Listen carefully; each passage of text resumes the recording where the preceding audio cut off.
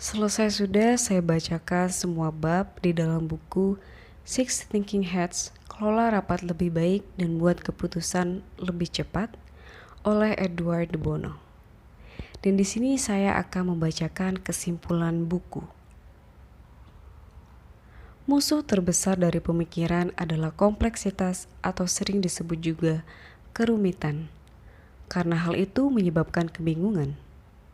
Jika pemikiran jelas dan sederhana, hal itu menjadi lebih bisa dinikmati dan lebih efektif. Konsep 6 topi berpikir sangat mudah dipahami, juga sangat mudah digunakan. Ada 2 tujuan utama untuk konsep 6 topi berpikir. Tujuan pertama adalah menyederhanakan pemikiran dengan memungkinkan seorang pemikir menangani satu hal secara berurutan. Alih-alih harus menghadapi emosi, logika, informasi, harapan, dan kreativitas pada waktu bersamaan, pemikir mampu menghadapi semuanya itu secara terpisah.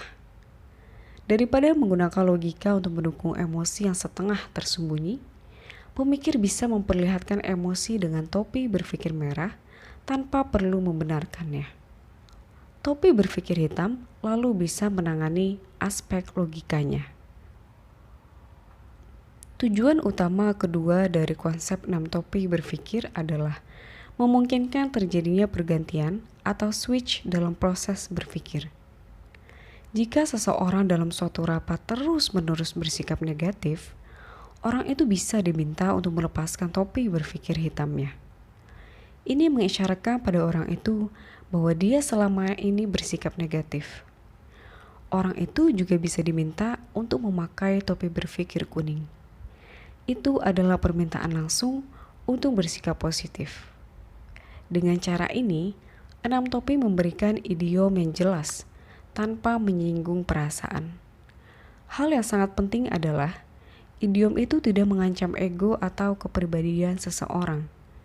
Dengan mengubahnya menjadi bermain peran atau bahkan permainan, konsep topi-topi memungkinkan untuk meminta dijalankannya jenis pemikiran tertentu. Topi-topi menjadi semacam cara untuk mengkomunikasikan perintah.